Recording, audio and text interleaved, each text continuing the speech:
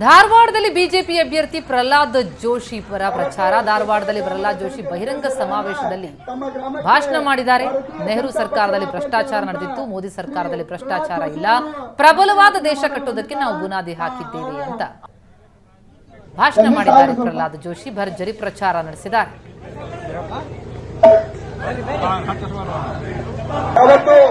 ಭಾರತ ಸರ್ಕಾರ ಕೊಟ್ಟಿದೆ. ಅದಾದ್ಮೇಲೆ ಡಿಟೇಲ್ ಪ್ರಾಜೆಕ್ಟ್ ರಿಪೋರ್ಟ್, ವಿಸ್ತೃತ ಯೋಜನಾ ವರದಿಯನ್ನ ನಮ್ಮಲ್ಲಿ ಕಳಿಸಿದ್ರು. ಕಾಂಗ್ರೆಸ್ದವರು, ವಿರೋಧ ಪಕ್ಷದವರು ಇದ್ರು, ನಮ್ಮ ಶಂಕರ್ ಪಾಟೀಲ್ರು, ಬೊಮ್ಮಾಯಿ ಇವರೆಲ್ಲ ಸೇರಿ ನಮ್ಮ ಕಳಿಸ್ಕೊಟ್ರು. ಅವಾಗ ಇದು ಎಲ್ಲದಕ್ಕಿಂತ ಮುಖ್ಯವಾದದ್ದು ಯೋಜನೆ ಆಗಬೇಕಂದ್ರೆ ಇದನ್ನ ಆಗ್ಬೇಕು.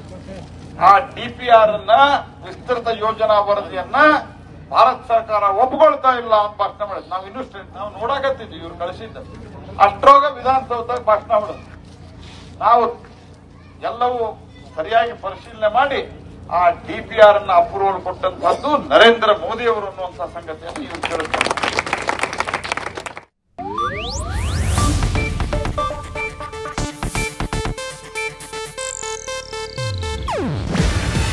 ಇದು ಏಷ್ಯಾನೆಟ್ ನ್ಯೂಸ್ ನೆಟ್ವರ್ಕ್ ಪ್ರಸ್ತುತಿ.